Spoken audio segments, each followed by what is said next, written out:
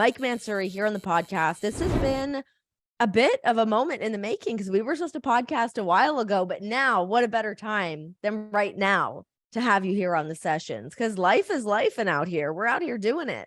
Yeah, life's life and pretty hard, isn't it, huh? Oh my God. Okay, so obviously, you've just signed to AEW. You are brand new, being back on the road. You are the senior vice president, co-executive producer of All Elite Wrestling. What a feather in the cap.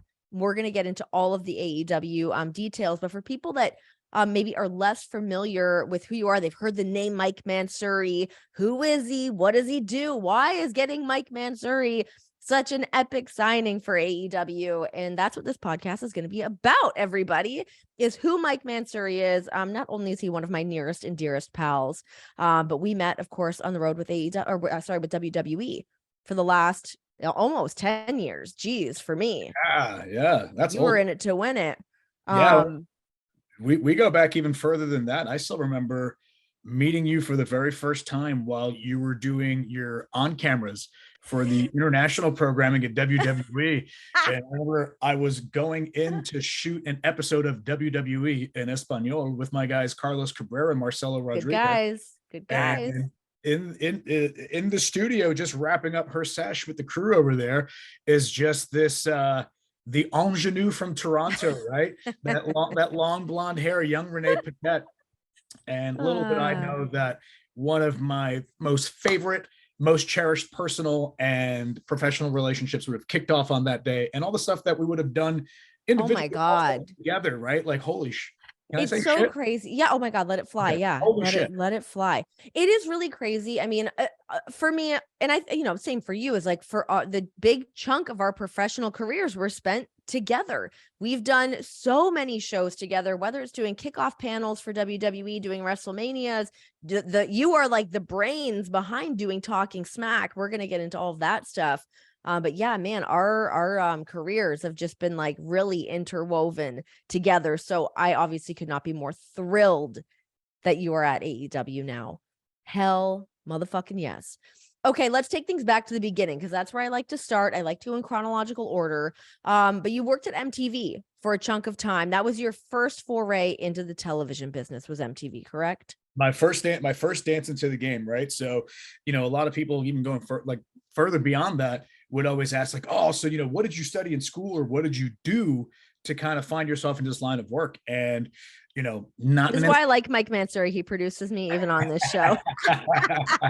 But look, not an inspirational story to the kids, right? But, I started at Hofstra University, and within the first couple of months of being there, I just knew that college wasn't for me. You know what I mean? I graduated high school at 16 years old. My first week of college, I was 16 years old. Wait, so I didn't know that. What? You graduated high school at 16? Yeah, man. At one point in life, I was actually pretty smart. Well, listen, I know how brilliant you are, but I didn't know that you were like a child prodigy. No. I was, and then to stop getting my ass kicked by all the older kids in class after I got and skipped a grade, I kind of tried to dumb myself down a little bit, which is not a smart thing to do. But when you're all of 2 feet tall and surrounded by just bigger kids that have gone through puberty way ahead of you, you do what you can to survive, right? You gotta do. But yeah, look, I knew right off the bat that college wasn't necessarily for me. I wanted to kind of take some time off and just try to figure things out. So I left school and wound up never going back, much to the chagrin of my mother. Thank God that she had a lot of patience for me. And I got into bartending, How old were you then when you left school? I was 18 when I left school. So I did one full year. What a baby. Yeah, I did one full year, and I just knew it wasn't for me. Mm-hmm. Kind of told around, did a bunch of different stuff, got involved with a little improv comedy, because I'd had these delusions of grandeur of making it as an on-air personality, or even, some sort of actor, etc. And after life humbled me a little bit. Which, of course, we're going to be getting some of your best impressions, because Mansuri is you're an absolute specialist at it, and we'll get into some of those. But yeah, this wacky ability to be look when you don't have much to fall back on, right? You take the stuff that you're good at and you enhance it. I started bartending right in my early 20s. and was having a blast. I didn't really think about much about anything. And I remember I befriended a woman, and this is how I got into MTV. I remember vividly the day she came in. I carded her at the bar to take her drink, and she had a very, very distinct last name, Leguizamo. And at the time, right, like here I am, a guy trying to get to comedy, coming from a Hispanic family. I'm looking at her ID, and she goes, "What's the problem?" And I was like, "You just have a very distinct last name." She's like, "Oh, you mean like my brother's, John Leguizamo, who's one of my idols?" And I'm, sitting, I'm like, "Get the fuck out of here." And we strike up this fast friendship, right? And I remember one night, months down the line, she and one of her best friends growing up, who's now like a high-powered agent in the sports broadcasting world, we're sitting there, and Marie looks at me and she goes, "What do you want to do when you get older?" And I'm like, I don't know, I think it was like 21, 22 at the time. And I was like, "I don't know, I'm making pretty good money, cash bartending like 3 to 4 nights a week. Like my life's pretty good. My hours are pretty pretty wacky, but they fit into what I want to do." She says, "Why don't you come give TV a try? I think you'd like it. You got a great personality. You seem to be hardworking, and I think you'd be a great fit." And that's how I got my foot in the door. Very much. Well, so like, what was your first job? What did they bring you in to do? So I was a production assistant at MTV3, the Spanish MTV, where I wound up meeting a very good friend of mine who you know very well, Mr. Mike Verga, who spent some time love WWE. But Mike and I basically spent all day running errands. It's not like we were like logging tapes or, anything that like was happening within. We spent most of our time running all over Manhattan, getting Jamba Juice and Starbucks ordered. There was this awesome giant like multi-level warehouse in Chelsea that we used to have to go to a lot to get props for, TRL and the Spanish version of TRL. Basically just odds and ends that took us all over Manhattan. So while I was doing that, I was still kind of bartending. But I'd fallen in love, you know what I mean? Especially like that first opportunity that I got to work on a live broadcast was an episode of the Spanish TRL. And I remember going into the control room just in case Marie needed me for anything to basically be like a runner and just seeing like the energy, that frenetic energy and the pacing. I fell in love. The hearts were in my eyes. Like I had found my calling, and I knew that this was going to be, my life's work. This was going to be my life's work, and it was going to be live TV. Going back to you working for MTV, the Spanish versions of TRL and whatnot, just a funny little tidbit that at one point at WWE, I was in charge. I was doing Spanish pre-tape. Somebody from WWE was like, "Hey, can you come in and we need you to do for WWE Espanol an interview with Alberto Del Rio?" I was like, "I don't speak Spanish." They're like, "Great, we'll see you at 2." So I'm panicking, messaging you, going, "I don't know how to speak Spanish." So I would go and sit with Mike in the TV truck, and you would regurgitate my lines for me, and I would just mimic the sounds and go out and do these Spanish backstages. So I can still hear you going, "Damas y caballeros, les presento el campeón completo, Alberto Del Rio." I'll never forget that. Eat your heart out, Ricardo Rodriguez. Oh my God, honestly, so funny. Okay, so you're at MTV, you got the bug, you got bit by the bug. You spent a good chunk of time at MTV, correct? How long were you there for? Yeah, I want to say over a year, maybe a year. Okay. Oh, so not a ton. Somewhere in that neighborhood.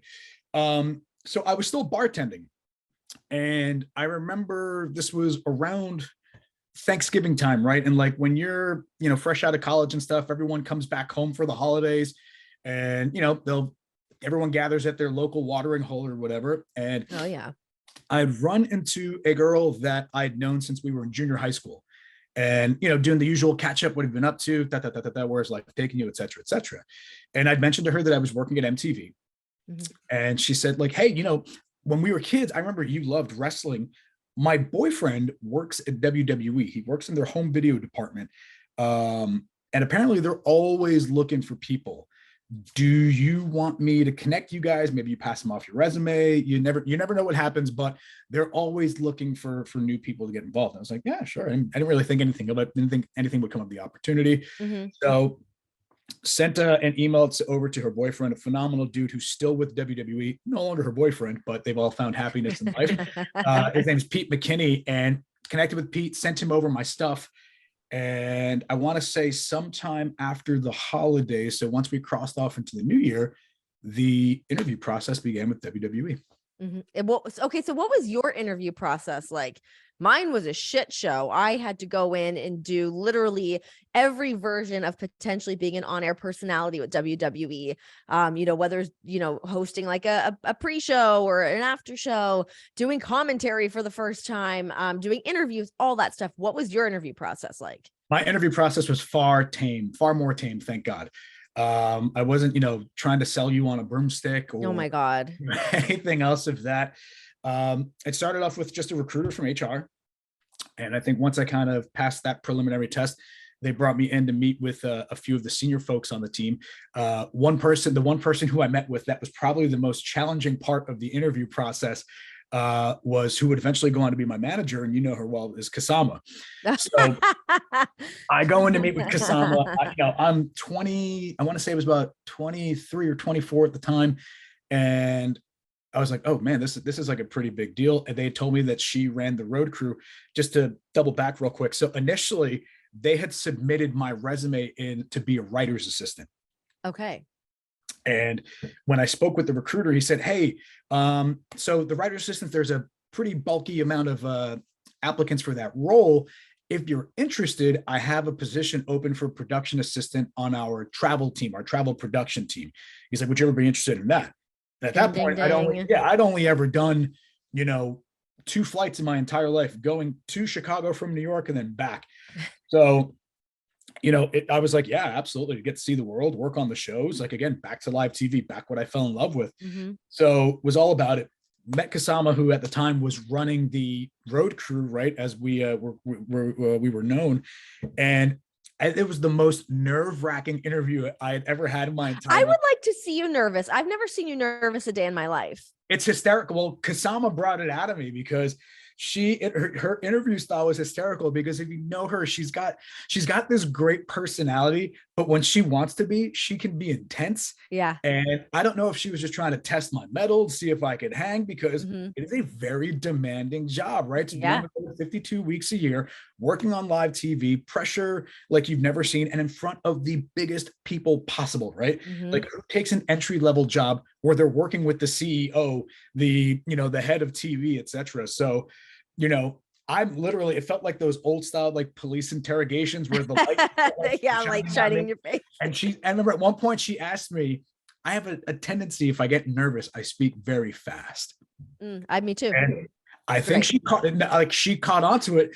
And I remember Kasama just kind of sitting there looking at me, and she goes, you seem nervous. Why are you nervous? You have no reason to be nervous for it.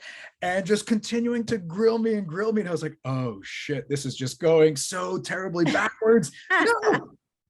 I absolutely thought I blew it. And I remember driving back to Long Island, where I was living at the time, and just from Stanford, and just sitting there going like, man, it was going really, really well until I got to that last interview. I was like, I hope I didn't fuck it up talking to the boss. And lo and behold, I think it was like a week or so later, they gave me a call, offered me the job, and started off an 11+ year journey that I am forever grateful for. Yeah, absolutely. So you get that job, you start on the road. Let's just kind of go back a little bit to your wrestling fandom as well, because I think the marriage of your fandom and with just how talented you are on the production side of things, I think is just obviously what has made this so great for your entire career. Where did your fandom kind of kick off with wrestling? So my one of my older cousins, Jay, I was kind of his like wrestling buddy when I was a kid. Not in the sense of like we would watch wrestling together, we would, more so that like I was the dummy that he would try all of his moves out on. Oh God. Try being married to a wrestler. It doesn't stop. Yeah, no, I can only imagine. I can't wait to see you with just like a couple band-aids on the forehead one day at TV. But he was my introduction into it. And a lot of like I remember my uncle, my grandmother's brother, my great uncle, he was a big fan as well. I remember, watching the pay-per-views at my grandmother's house when I was a kid.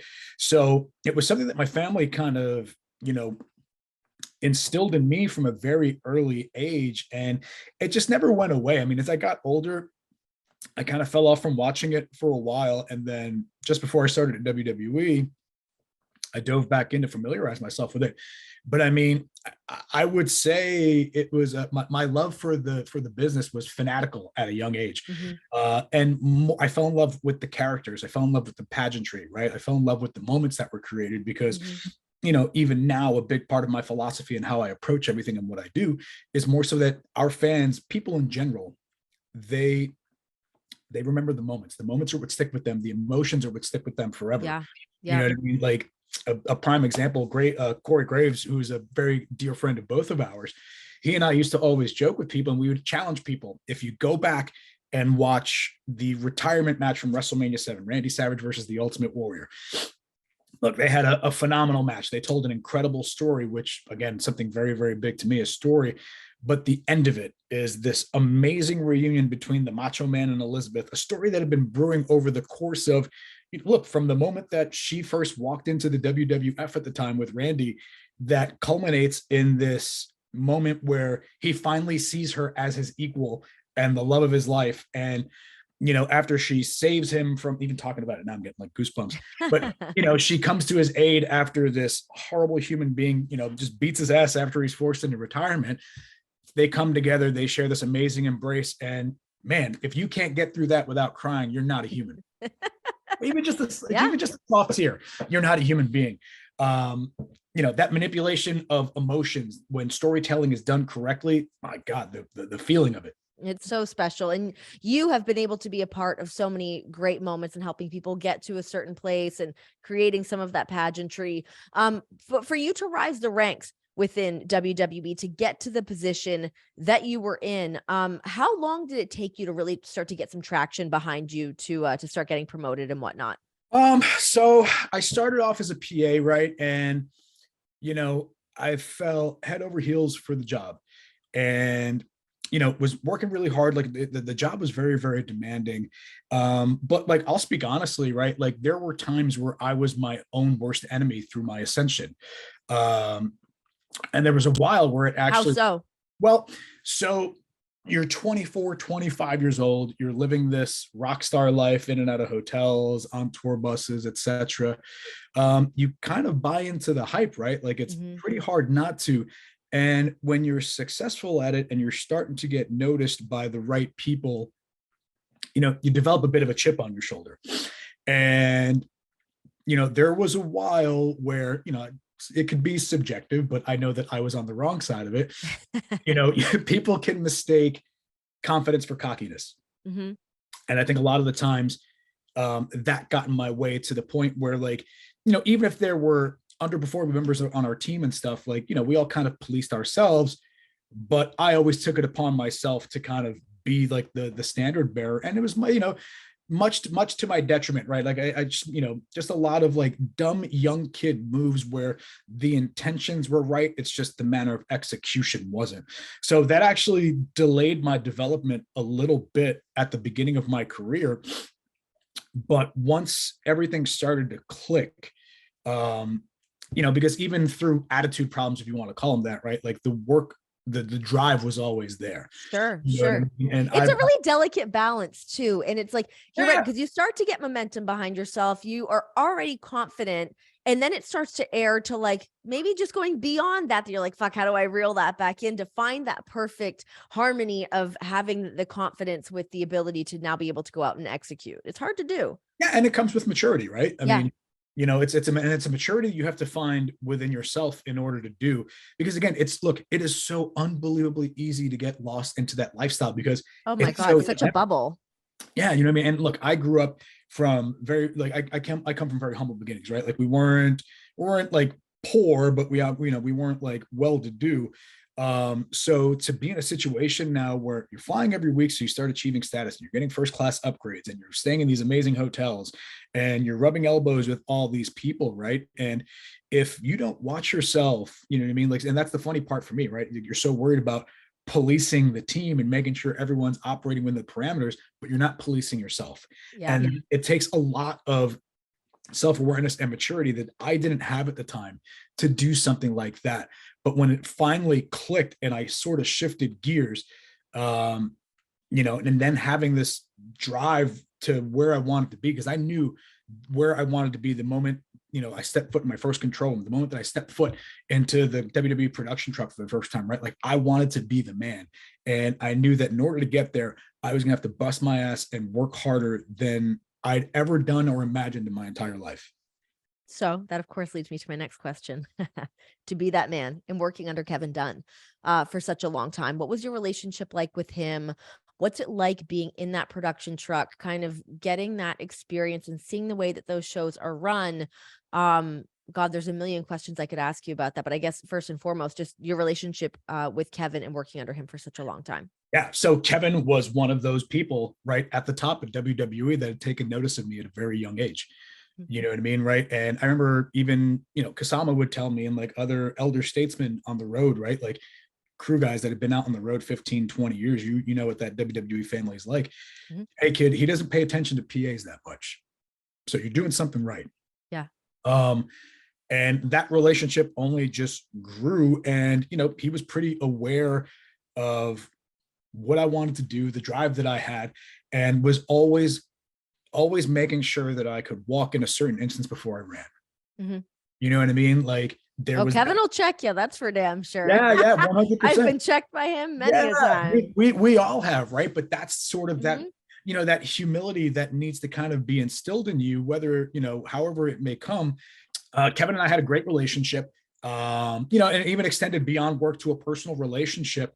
I wouldn't call it like a traditional mentor-mentee sort of deal. You know what I mean? Because he's a busy dude. He's got a lot going on. So a lot of what he did, you had to learn by his example. Mm-hmm. And that's what I did is I learned through his example. I picked up what I knew I could do. And then I figured out what I can tweak and sort of do in my own way. But I mean, make no mistake about it. He is a massive part of why I'm in the position that I'm in right now, because, like I joke about it a lot, but in terms of TV production and even the psychology of the business, which is so important to have in this position, I went to Harvard. Yeah. You know what I mean? Right. Like I studied under Kevin, Vince McMahon, Triple H, Shawn Michaels, Pat Patterson, Ric Flair, Dusty Rhodes, like a who's who of people. Can't forget Michael Cole. Kill me.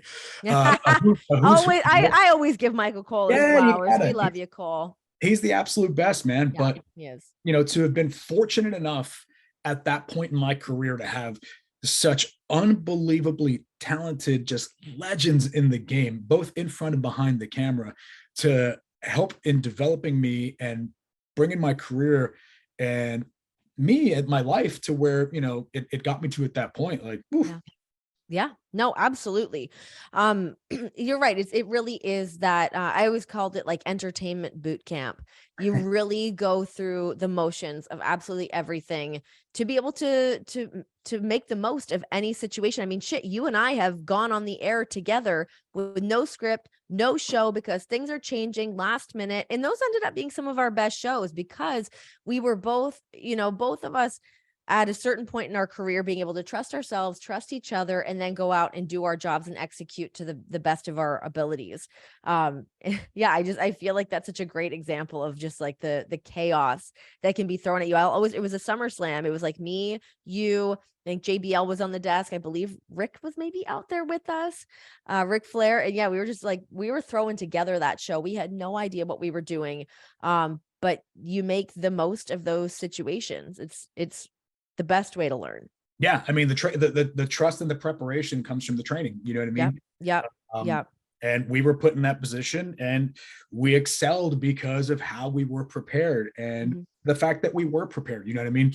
You get to a point when you work with talent so regularly, just as I had with you, that like, it was like you knew where I was going and I knew where you were going. And so, it takes a second to get there because you and I we had butted heads a few times. And like I was so married to like looking at like what I had in front of me as opposed to like listening to you in my ear and knowing that I could just trust you, that you were going to get me to where I needed to be. And God, did I ever value that? Like not only value like our friendship throughout that, but just to like know that you would get me to where I needed to be. Cause that is certainly not the case a lot of the times. No, but you know what, right? Like that, you and I butting heads and finding that middle ground, right? Yeah. I think you have to have that, you know what I mean? Because if it's just so one-sided, you're not really creating anything together. And in order to do what we do, there has to be some sort of symbiotic relationship so that you can encounter a position where you're going on air with a 2-hour SmackDown kickoff show. And, there's not a sight of a rundown anywhere, but we can make it because we know the stories, we know the show, what's the purpose, what are we trying to do, what are we trying to accomplish, and we do it together. What do you think was your first big break within WWE for them to really take notice and give you a little more room to move? It's funny. I think my first real big break, and this is going to sound so strange, but I think something that kind of showed, something that I do believe showed them that I could handle the highest of all high pressured situations was the night Jerry Lawler had his heart attack in Montreal. Yeah. Yes, absolutely. That was something I wanted to talk to you about because obviously that was, such an insane moment, but you were right there, right at ringside with him. Thank God everything worked out and Jerry's doing great. But what was that night like for you? So it was wild. We were, Jerry had worked a match earlier in the night. I believe he was teaming with Randy, and I think they wrestled Dolph and CM Punk. I could be wrong. Jerry comes back from the match. He gets back to ringside. I towel him off to get all the sweat off of him. And I get him his trademark Diet Coke while he's working the table. Later in the night, the primetime players, Darren Young and Titus O'Neil, are working with Kane and Brian Danielson. Yeah. At a certain point in the match, so at commentaries, Michael Cole and Jerry Lawler, I'm sat right next to Michael Cole. I'm sitting next to Jerry. Michael Cole is on the other side. Cole would always sign to me, or we would make jokes while we were working. And at one point during the match, Jerry's got his head is rested on his fist like so. And you start hearing snoring noises. Oh, Lord. So Cole leans back and he's looking at me and he starts laughing because he thought that Jerry was kind of taking on, Michael during the first iteration of NXT, where it was the competition based sort of deal. Used to do that on air. He would this is boring and go to sleep, etc. Yeah. So we're laughing because we think Jerry's joking. Michael sits back up and Jerry's continuing to do it, but it sounds like less of a snore. Well, actually a snore is you're struggling to breathe, right? So it's just kind of, and I'm hearing this in my headset because I have the commentators in my headset at ringside so that they can talk to me during commercial breaks in case they needed anything. And Jerry still got the head on his hand. And then all of a sudden his arm just shot out and his head just slams on the commentary table. Oh my gosh. And we were all pretty startled. Michael Cole is leaning back and he's yelling for Doc Mike Sampson, who is the AEW ringside physician now. Doc's sitting next to me. I immediately get on headset and start alerting the truck to kill Jerry's mic that there's something wrong with him. Mm-hmm. So Doc comes over. He's giving Jerry a sternum massage to sort of help him. We're trying to figure out what's going on. We picked Jerry up out of his chair. And the moment we picked him up, he literally Doc Sampson's a big guy. I'm a chubby 200 plus pounder myself. And we've got Jerry in our hands and he just falls thud right to the floor. Oh my gosh. Yeah. So right away, we let everyone know what's going on. At that point, we didn't know it was a heart attack. No one really knew it was up. We picked Jerry up. We walk him alongside the hard camera side, which is where our whole tech row is, lighting, pyro, etc. The way that the building was laid out in Montreal, it was not the easiest for the EMTs to get to where we were. Because it's up a level, right? It's just odd, right? Because the stage is so low, et cetera, et cetera. So we're carrying Jerry, we're bringing him back. I remember TMZ or something had posted a photo and it shows us as we're carrying Jerry alongside the tech area. And I've got Jerry's arms and his head is right here. And we're carrying him all the way back. We have to not crawl under, but we're ducking under one of the LED structures. Of the Raw set at that time. The EMTs messed there. We throw them on the gurney. And if you've never seen anyone get chest compressions before in your life, it is the scariest thing in the world. And you've got Doc Sampson, who's all of 6'1", probably about a solid 240, literally on the gurney, mounted on Jerry and giving him chest compressions. And man, it was wild. I remember Randy Orton at one point running back to see the scene. And when Randy saw them working on Jerry, I just remember Randy putting his hands into his face and going against the wall, and he just kind of slumped down because he couldn't believe what he was seeing. He literally maybe a half hour removed from working a match with that guy. But during that whole time, I'm just in communication with the truck, letting them know what's going on. It was a pretty tense scene. And, that situation was, I honestly feel sort of where they said, like, all right, you can handle that pressure. I mean, if that's the ultimate test of pressure. So, okay, in an unfortunate situation like that, where there is a medical emergency, what does happen on the TV side of things? You killed his mic, but then what else happens throughout the show? So they kind of just not moved everything, but everything was just sort of shifted so that. Did they put somebody else back out on commentary with Cole? No. So if I remember correctly, I don't think Cole said, I think he had given updates. I can't remember whether or not he stopped doing commentary that night. It's because at that point I was away from what was going on in the arena. Yeah. But I know Michael was giving updates. I know he had done maybe one or two. Not sure if he was able to alert the fans when Jerry had left, because they were working on him backstage for about a good 15 minutes before they got him in the ambulance and took him to the hospital, where, thank God, he came to and didn't remember a thing. Wow. Good Lord. Thank God he's okay. I mean, that was, what was that, 12 years ago? That was, maybe about 10, 11 at this Something point. like that. Yeah. Holy moly. Okay. So obviously everyone can see the pressure that you're under during a situation like that. That kind of lets everyone know this guy can, let's give him a little bit of love. Let's put him up in some positions to succeed, give him a little more place to work. What about working NXT and working with Triple H? Because that's a big part of your career as well, especially that early iteration of what NXT was, what it was going to go on to become, and working so closely with Hunter. To this day, probably the most magical time in my career. And like, as cheesy as it sounds to use a word, no, but wasn't it a special time? God. It was, Renee, it was, I mean, you were there, you were a part of it, like it was, it was funny, right? Like, we were, while still under the WWE umbrella, we were kind of all together creating the anti-WWE product. You know what I mean? Right. It was a combination of just good old fashioned sports entertainment from like the late 80s, where we're creating all these characters, but also leaning into what wrestling had become in, like, the early 2010s. Yeah. Right. You're hearing all the buzz that Ring of Honor, PWG, like all these promotions have, right? And like, in essence, a lot of like the very best of the best from the indie scene found themselves at NXT with a nice mix of folks who had converted over from being, from guys like Baron Corbin, who were in the NFL, etc. So there was this nice collection of talent down there. And there was a collection of talent behind the scenes that were all hungry and looking to establish themselves.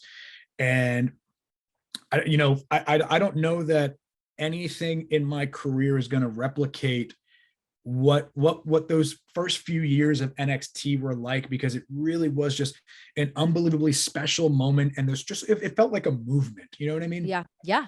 Does what you're doing now, and I know you've been there, you've been, at AEW for a second, you've not even really started like working yet, but is that, a little bit of part of that glimmer of like, man, look at what we can create and do here with all of this talent, all of this like future, how good everything can look for AEW. Oh my God. Yeah. That was such a big part of the allure of AEW. Is it's, what, 3-4 years old at this point. Yeah. Yeah. Still being built, which is incredible. You know? Yeah. And the best part about it is that everyone there knows that this is still it's still being built. It's still, I don't want to call it a work in progress, right? But like, it's this amazing thing. It's like finding like this amazing like gem hidden somewhere, and that that it's not even like polished and presented to its full potential. Yeah. You know what I mean? That's what was so enticing about the opportunity at AEW. Is what was so enticing when I went over to Singapore to work for One Championship. Is the opportunity to build something and to play a part in establishing a brand. You know what I mean? And that's what we did back in 2012, 2013. with that iteration of NXT. Okay, before we fully dive into all things AEW, and I do want to touch on some One Championship as well, but your time in WWE, you got to do all of these amazing things, from NXT to, all of these huge shows with WWE, WrestleMania, SummerSlams, big specials, getting the network up off of its feet, all of those great things. I would be remiss to not ask you about us putting together Talking Smack. Why did Talking Smack work? And why is it so hard to replicate something like what we had? So it's funny because when the network launched, there was a need for content, right? As there is when any network launches or when any network is just in existence, you need content. And what could we do outside of the in-ring stuff that was going to appeal to the fans? And a lot of that stuff sometimes just fell over to me. Hey, we want to do this, or we want to start doing these kickoff shows before the pay-per-view to sell, or we're going to start doing these post shows and pre-shows for Raw and SmackDown. So we were making it up as we went. And to answer your question about what made it so special, and I don't mean this in a disparaging way, I think what made it so special is that we made it up. Yeah. You know what I mean? Like there was no rule book, right? Like you constantly hear folks talking about like, oh, well, the WWE's rules and parameters, etc.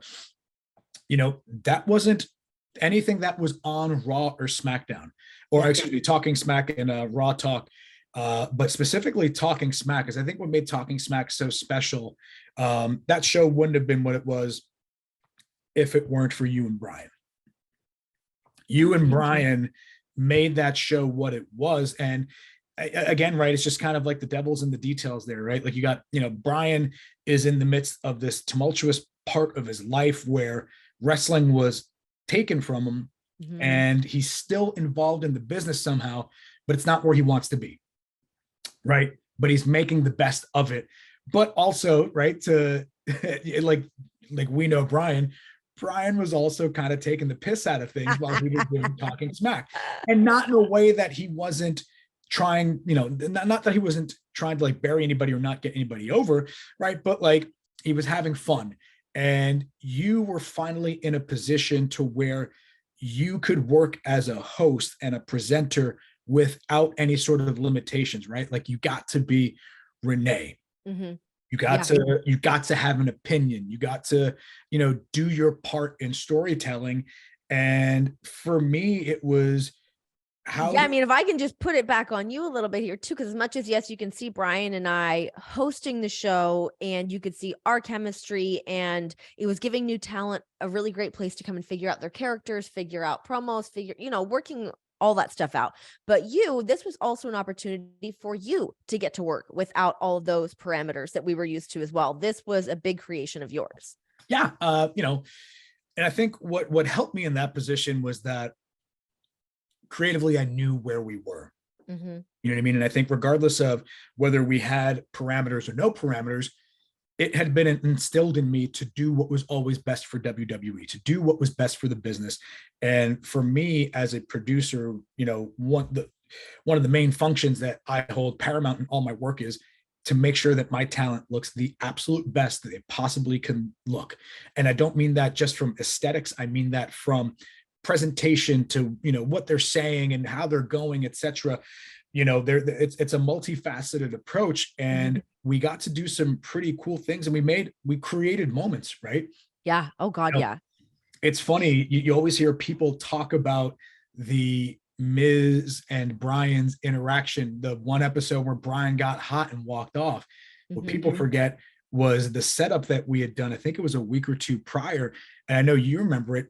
I think Mike was left off the show.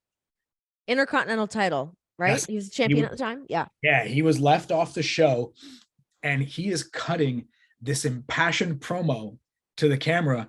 And I remember going to you, Renee, take me off the air. Yes, I remember that. Yeah. And I didn't even tell Miz that we were going to do this. I just said, Renee, take me off the air. If Mike is talking about how he's underutilized, abused by the system, et cetera, wrap him up, amplify it. Yeah. So you didn't even wrap him up. You literally just did your sign off to the camera, and we faded out. and he's still on his harangue about being misused and wanting to bring glory back to the Intercontinental Championship and being disrespected, etc. And it was just that next step that was needed to get him to come back and to have that epic confrontation with Brian. That God, I forgot about that. That's such a brilliant, like that really was the key to unlocking the reason for him to completely come and unleash the next week or this 2 weeks away. Yeah. I mean, right, is what do we do to feed that story? What do we do to feed that fire, right? Like, you could argue that a lot of Mike's frustrations at the time were legitimately coming out on the air, and he had every right to be, right? Yeah. And to be able to give him that outlet, and then look at what we did, right? We had started creating moments and enhancing characters on the show without any adult supervision. And it's funny, right? Once the whole thing happened with Brian, then the adult supervision kicked in real quick. Yeah. Then the adults came in and they said, hey, you guys are doing something here. We're going to start putting a couple of writers on this. Yeah. And slowly but surely, and it's God rest its sweet soul. Yeah, not taking anything away from the writers. They're an unbelievably talented group of folks, man, who bust their ass off. But there was just something so organic. We weren't overthinking it. Yeah, we weren't trying to overthink it too much. Well, and if you see a moment, amplify it. But well, that's where those parameters started to come in, right? You know what I mean? Like, even when we would do our kickoff shows, I never liked to tell you guys what to say. I would, make sure that you guys were setting each other up well. What are the points that we should hit, etc.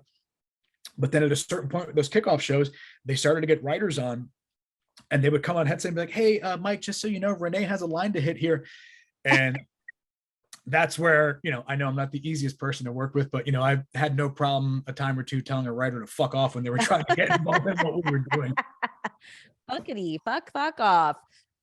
Okay, so I feel like we've kind of covered a ton of WWE things. Why did you leave? Because you left on your own terms. You left pre the COVID era all happening. You left, was it like May of 2020? Yeah, May of 2020. May of 2020. Why did you leave? So I had gotten to a certain point in my career there where I wasn't really being developed any further. And,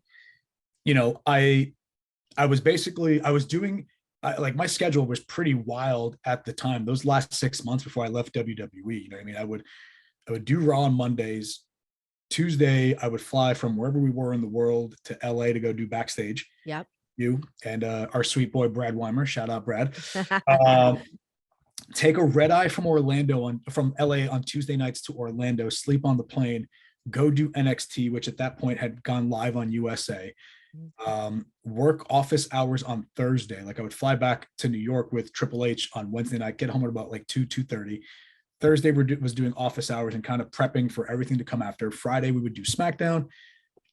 Saturday maybe a down day, and then Sunday it seemed like at that point in life we had like a pay-per-view like every other week. Oh my God, constantly. So, yeah, it was a lot, but I didn't mind it. But I mean more so in terms of like my professional development, right? Like, it was always inferred, and I think at some point maybe even formalized, that should anything have happened, or if he decided to retire, right, that I was going to be the successor to Kevin Dunn on the TV side, right? Mm-hmm. But I, at that point, was self-aware enough to know that I couldn't do it. And not in the sense that I couldn't do the shows. I can do Raw and SmackDown in my sleep, pay-per-views, no problem, all that shit. I'd show them I can do it, but it's more so the business end of it and the non-TV side of what that role is, because there's more to what Kevin does than just sit in a truck and line produce Raw, SmackDown, whatever show it is. Like, WrestleMania, for instance, because there was a lot of talk after Vince retired over the summer that, well, Kevin Dunn's going to retire, and, a lot of folks had reached out to me, were like, hey, does this mean you're coming back? Does this mean you're coming back? But like, could I do WrestleMania the show? Absolutely. I could very easily do WrestleMania the show. Could I put together WrestleMania the show? Completely inexperienced in that end, and I've had zero exposure to it. So for me, once I'd grown tired of hearing, we can't figure out what to do with you until we know what Kevin's future is. Yeah. I mean, that was kind of like always my review. My review was always, You're doing a great job. You're killing it. But we don't really know what to do until we get an understanding of what Kevin's future is. We're going to put you on simmer on the back burner. Hang there, kid. Yeah. I mean, but even like there were times like, you would sit with me in our B unit production truck, like during shows, if we both weren't doing anything, right? Like there'd be a point where I almost felt like Mariano Rivera, the great closer for the New York Yankees, where I would get like the call out of the bullpen, like once every like 6 to 8 weeks to come out and do a show. Yeah. And then it would be back to the back burner. So, yeah, I'd grown frustrated with it, and I knew that I had hit a bit of a cement ceiling. And, for me, I'm not the kind of guy that's satisfied with showing up to work and earning a paycheck and just getting a paycheck. You know what I mean? Like I want to work for it, especially when it's something that I'm so passionate about that I feel like I'm just kind of not really contributing much to it. Or that there is even much being contributed to me, right? To develop me and to keep me kind of growing to where I need to go for the inevitable goal. And I think just things kind of came to a head. And I remember it's that heartache of not living up to your potential as well, right? You know that it's there. Yeah. Like kind of, because I just knew that, like, to your point, like, yeah, I knew that there was more that I was capable of, but I had already excelled in everything that they had allowed me to do at that point. Yeah. You know what I mean? Like I was looking for that new challenge. And even if it was something that were outside of the scope of what people would have defined as my potential, it would have been nice to have been able to kind of spread wings a little bit and take on a new challenge. So, once I kind of realized that I was in the lane that I was in, and the path to the destination wasn't really going to change or even progress that much, I knew it was time to make a change. And I remember I was sitting in the B unit. This was I think it was the first Raw of March. We were in Brooklyn. And my manager at the time was sitting next to me in the B unit because it was a local show. A lot of folks had come in, and I said, "Hey, I'd like to talk to you and KD this week. I'm tapped out. I'm done." Oh, I remember you told me we were in Phoenix when you told me that you were done. I will always remember that, because I was like, wait, you're leaving. Oh my God. Like I panicked that I felt that, because, it happens a lot where you're on the road a lot. Like we've already kind of laid out, it can be very physically demanding, emotionally demanding, mentally demanding, all of those things, that there are times that you're like, man, like what is the next thing going to be? You talk about it. You kind of wonder what that next step is going to be. And then when you told me that you were leaving, it was like, holy shit, it's like real, it's happening. And then I wasn't too far behind you on that as well. Okay, so you've left, you've made the decision, you are believing in yourself. It's time to go find that new thing, which lands you in Singapore. Well, sort of. So all right, back up a little bit. So I give my notice. You're starting to hear rumblings on the news about this coronavirus. Yes. I remember we're doing NXT I'd given my notice at this point. We're doing NXT at the Performance Center because Full Sail University, where we had normally done it, was booked. I think they do like a Hall of Fame or something in March, or I can't remember what exactly. I think it was their Hall of Fame. So we're doing NXT at the PC. We do the show. After the show, Hunter and I are at ringside, and we're talking. Hunter says, "I'm going to call Vince because I don't know, man." He's like, "I got a weird feeling. I think we should leave this set up." He's like, this coronavirus thing, just, I don't know. He's like, "I think we should leave this set up." So I decided to stay in Orlando. Literally, we find out not too long after, I think it was maybe the next day, that everything shut down, and we wind up doing SmackDown out of the Performance Center that Friday, right? So Triple H does the first ever show of the first ever like sports or entertainment show without a live crowd because of the coronavirus. We knock it out that Friday night, and things are happening. I remember I'd gone back up to Stanford, and they had offered me the opportunity to rescind my resignation, and I was beyond appreciative of it. But I told him, I said, "Look, I appreciate it. I know that we're headed into uncertain times, but if I don't do this, I'm never going to do it." Yeah. And I need to. And as luck would have it, I had connected with Pat McAfee, right? Because I had mentioned Michael Cole years. How did I leave Pat McAfee off of this? Of course, you were with Pat for a while. Duh. So years prior, right? Like Michael Cole and I were looking for new voices for the kickoff shows just to kind of get out of just like in-house WWE voices. And I remember seeing a bunch of Pat stuff on Instagram. He was at Barstool at the time, and I was like, "That's a guy." I'm like, and he's a wrestling fan. Bring him in. Cole sets it up. We bring Pat in, and we'd struck up a friendship. Pat, I think, had found out through his agent at the time, who I believe was also your agent at the time. Shout out to Coonan. Shout out, Dave. Coonan. Yeah, what up, baby? That I was leaving WWE, and he said, "Look, things are wacky, things are uncertain." He's like, "But my show is running here daily. Why don't you come on out to Indianapolis and let's have ourselves a time?" So moved out to Indianapolis from Manhattan in the early months of the pandemic, hung out with Pat and the boys for a year. But even throughout the entire time, right? Like, number one, I'm beyond grateful for, because I got to learn something that admittedly TV people are completely ignorant to, and that's the internet and the power of the internet, right? Like, sure. You remember, like, even while we were at WWE, there was this inherent divide between the digital side and the TV side. Yeah. It was almost kind of like the Sharks versus the Jets, right? Like, it was very territorial. Mm-hmm. So, there wasn't ever that collaboration that if it existed, if we weren't so, thick-headed to, appreciate it, we could have done probably a lot better than even the amazing shit that they accomplished, in the lead up. Right. Yeah. So I'm exposed to this whole new world working with Pat, and just like the unbelievable pace and what they're doing, like, watching them close deals and then execute them live while we're on the air. Like, it was wild. And we're doing like a sports daily show in the middle of a pandemic, but I missed live, like, entertainment, right? Like, I missed putting on a show for a house full of thousands of people, and ultimately decided to head back. Was kind of unsure of what to do. And then one championship came into my life. So I remember you asked, like, you and I have been talking about it, and you're like, I don't know, should I move to Singapore for the year? Like, that seems crazy. I'm going to go work for one championship. And, me at the time, I'm like pregnant, kind of like lumping along, doing my thing. And I'm like, man, what an opportunity to be able to go live in Singapore, experience a different part of the world for a period of time, go work in a different, go work in the MMA world. It's not pro wrestling. It's, that like adjacent kind of world, still kind of similar, going to scratch that itch to a certain degree. What was the experience like at one for you? It was awesome. And being in Singapore. The whole experience was awesome, right? Thank God for my amazing fiance Tori for being just sort of the support and the driver to make that happen, right? Mm-hmm. And Marley, don't leave Marley out. My sweet baby girl Marley, the best dog ever. Mm-hmm. Yeah, bless her for taking 2 18-hour flights to get her to and from Singapore.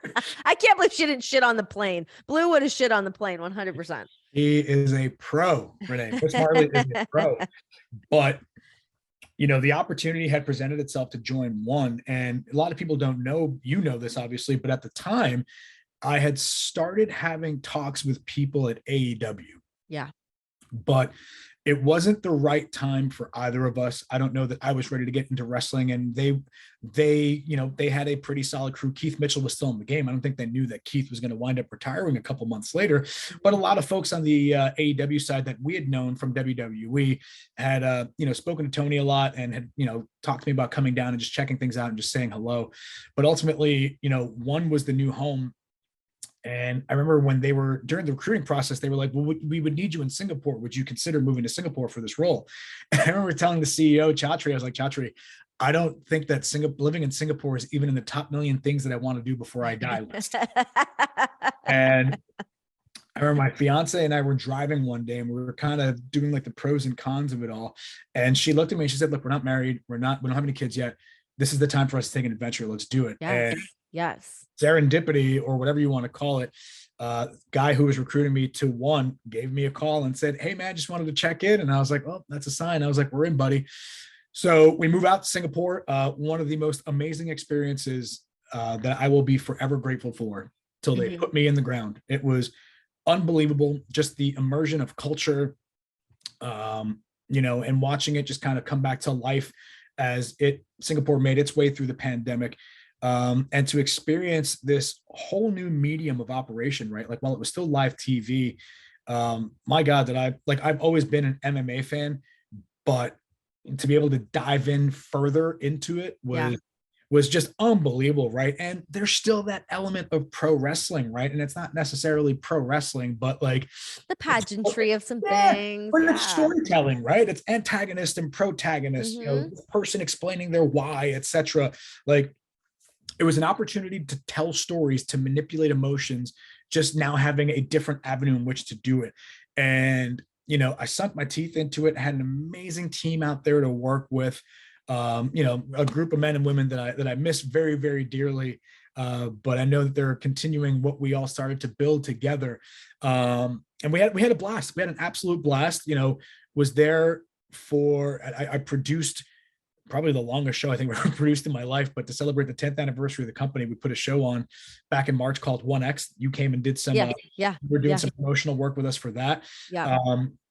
And then this past August, having a tremendous launch on Amazon's Prime Video platform, where my man DJ Mighty Mouse took home the 26.4 pounds of gold. So, it was an amazing ride, and to get to do stuff like that, right? Like, an 11 and a half hour broadcast that was literally broadcast throughout the entire world, launching on Prime Video in the US and Canada, two awesome things to kind of put in the old journal to reflect on later in life when my brain doesn't work. But there was always something missing, you know what I mean? And I think even after I had left WWE, I had always felt that I had unfinished business with wrestling. Yeah. Yeah.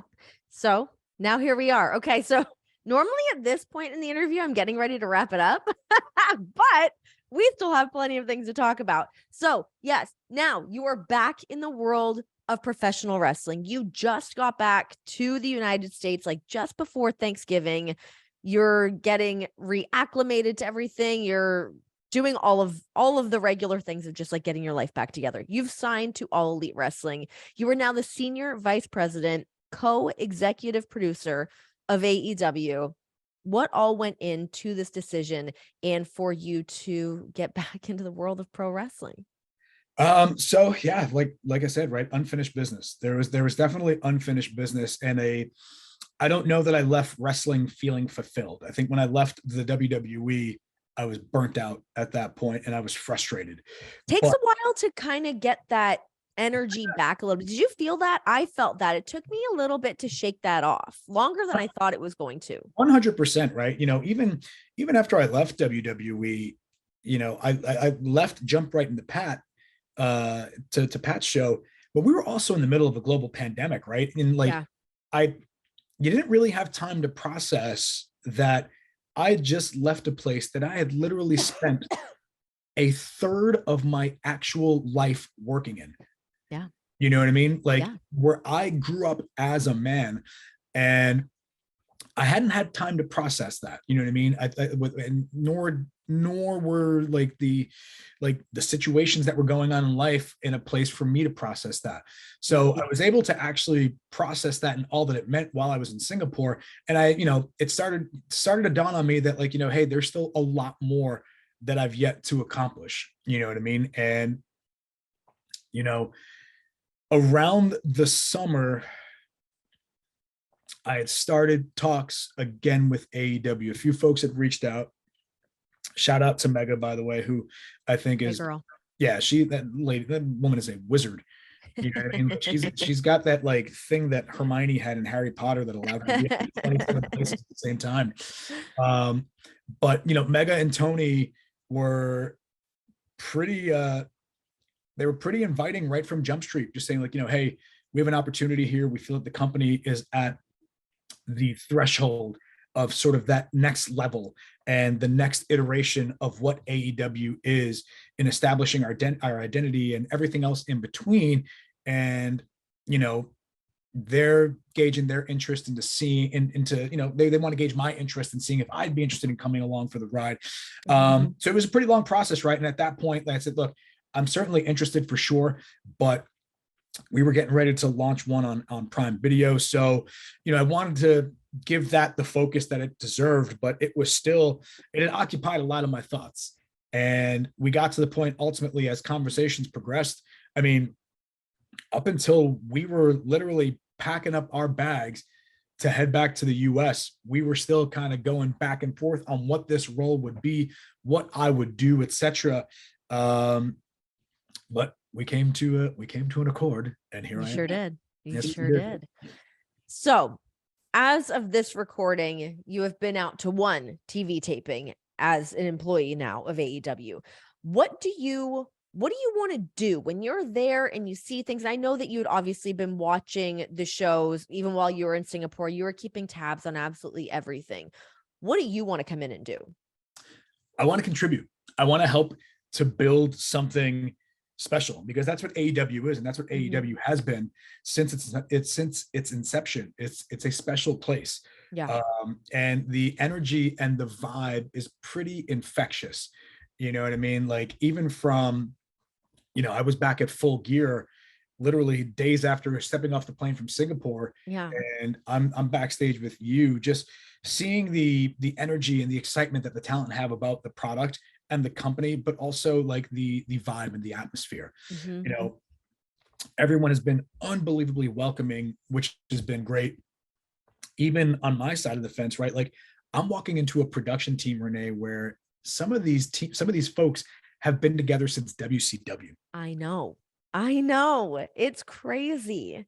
Yeah. So it's impressive. Yeah, absolutely, man. Like, you're like, I'm walking into a well-established team already. I am just hoping to be able to add whatever they feel I can bring to the table and what I know I can bring to the table. I want to do it all. You know what I mean? And like, I know it sounds so like generic and all encompassing, but it's true. Like, I want to do it all. I really believe in AEW. I believe in the product. I believe in the talent. I believe in the vision. But just like anything else, any sort of entity that's growing, right? Like, sometimes you just need to bring in an ingredient from the outside to help you. And I'm not saying that I'm necessarily going to elevate AEW to the next level. That would be very egotistical to say. But I've been saying it for a while now, so I can echo that. Look, reading, the sentiment that's out there, and just seeing all the kind words, and even like the messages that I've gotten from new coworkers and former coworkers alike about my arrival there, was truly like, it was overwhelming and humbling in like the best way possible. You know what I mean? And it kind of gave me that full heart and reignited that fire that I think kind of went out before I left the WWE, and has really rekindled that passion, as cliche and corny as that might sound, to get back in there and tell some great stories and try some new things. It's funny how much like you realize, and everyone always kind of says this when you're in the world of wrestling, was like, you never really leave wrestling. And when you get back in it, it's like being around, like, these people really do become like your family, no matter which company anyone's working for. We're all kind of rooting for each other. We want to see everyone do really well. And I know I felt that way as soon as I started in AEW, and I had been around there with John. I had been around hanging out, but I wasn't working. So I was like, okay, I'm just going to go hang out over here and stay out of everyone's way. But now to be like back and working, for me, it felt like a puzzle piece had slid into place properly. I felt like I was trying to like move a spot in. It wasn't quite fitting, that now I felt like I was able to place that in properly. And I was like, oh my God, I love professional wrestling.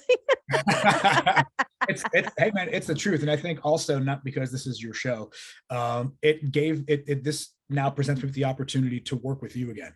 Yes. Right? Oh my God. But also to work together in a different capacity, behind the scenes as well, right? Because I'm sure people know that you've got yourself a little bit of a behind the scenes gig to help develop a lot of the on-air talent, right? Like, we've got such, Lexi Nair is sort of this diamond in the rough that, with just the reps and the guidance, can be an absolute game changer for us. You know what I mean?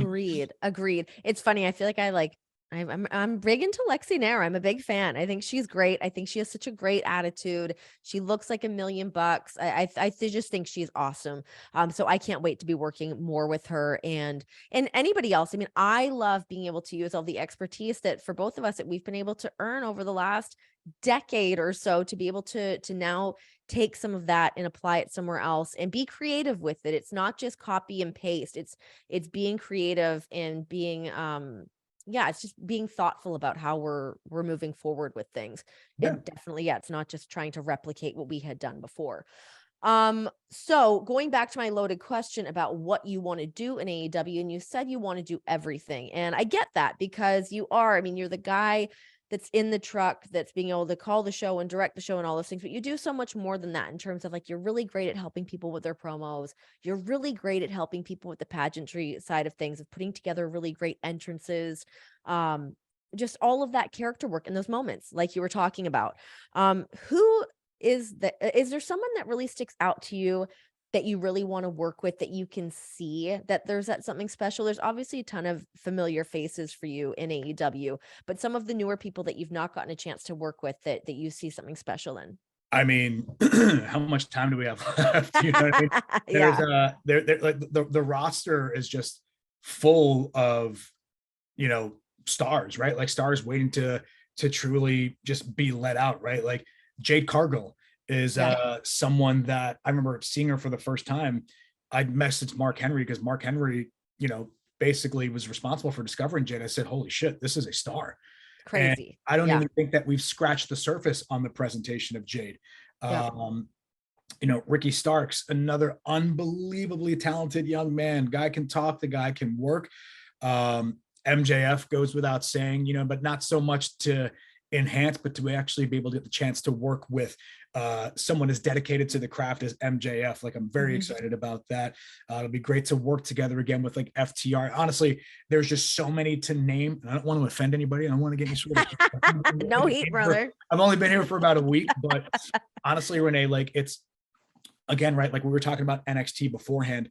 It just, I have that same feeling in that there's so much out there to work with, and everything is just so like it's raw. You know what I mean? Like it's raw and just waiting for folks to apply the right touches or whatever, or to help these men and women figure out what are the pieces that we need to accentuate and what are the pieces that we need to tweak. What are some of the big differences you see between WWE and AEW from terms of how the shows are put together to stylistically, some of those things? Like, what really sticks out to you? I've noticed again, it's a little interesting, right? Because it's only been a week, but you know, I had my observation glasses on. A lot of how AEW is brought together is very reminiscent of legitimate sport. You know what I mean? And you know, boxing, MMA, baseball, etc. Right? Like the way, like even the production crew approaches it, it's very much put together like sport. And coming from what I've just done over the last year and a half, I think it's a nice fit for me to kind of slide right in and get involved and get my hands dirty with the team. Um, Creatively, I love seeing the talent, you know, being so unbelievably collaborative. And I'm not saying this as a negative difference between WWE or AEW. I think it's something that both have. But again, having been removed from wrestling for the last couple of years, to come back and see just a lot of these, even the more established names on the roster, you know what I mean? Just like how much they're unleashing their creative prowess, not just for themselves, but for like, you know, the other folks on the team has been like really cool to see. Um, you know, and we're getting ready to kind of, this was already in the works before I arrived, but there's a whole new presentation planned for what the show was going to look like starting next year. Like there's a lot of cool stuff on the horizon that just makes this a very exciting time. You know what I mean? Like I've like that itch that I've had for the last, you know, 2.5 to 3 years is about to be Getting a good scratch. yeah, I'm getting that chicken pox scratch. Okay, so my final question to you: what makes a wrestling show great? What makes a wrestling show great? You've worked on So, so many different types of shows, whether it's, you know, something to the grandest stage of them all, like a WrestleMania, to the beginning stages of NXT, to what you're doing at AEW now, to what you've been able to do at One. Of all of these shows, what can make a wrestling show great and successful? so you know, folks in our age range always talk about the Monday Night War, Mhm. right? And I remember when I was a kid, the most worn out button on my remote control for my TV, my little 12-inch TV that was in my bedroom at my mom's house, was the channel back button. And it would allow you to go from the previous channel that you were at to wherever you were on. And going back and forth between USA and TNT because of the unpredictability of true live TV, right? Like the way the shows were formatted, and I get it, it was the time. It was, everything was made to be, you can't miss it. If you tuned away for a half a second, you were bound to miss something. I miss the unpredictable nature of live TV. I feel like that's something that's been lacking for a long time, because for a while there was really nobody for WWE, and now here comes this strong powerhouse in AEW that's become a viable place for people to go and work. Mm-hmm. You know, and I think the other thing that like the two big things that you need, right? You need characters, and you need story. Yeah. You know what I mean? When you have characters that people are invested in and the storylines that they're invested in, that's the stuff that's going to resonate with your fan base. You know what I mean? And you can throw in some cool matches in between and watch people do some cool shit. But without story, without characters, you know what I mean?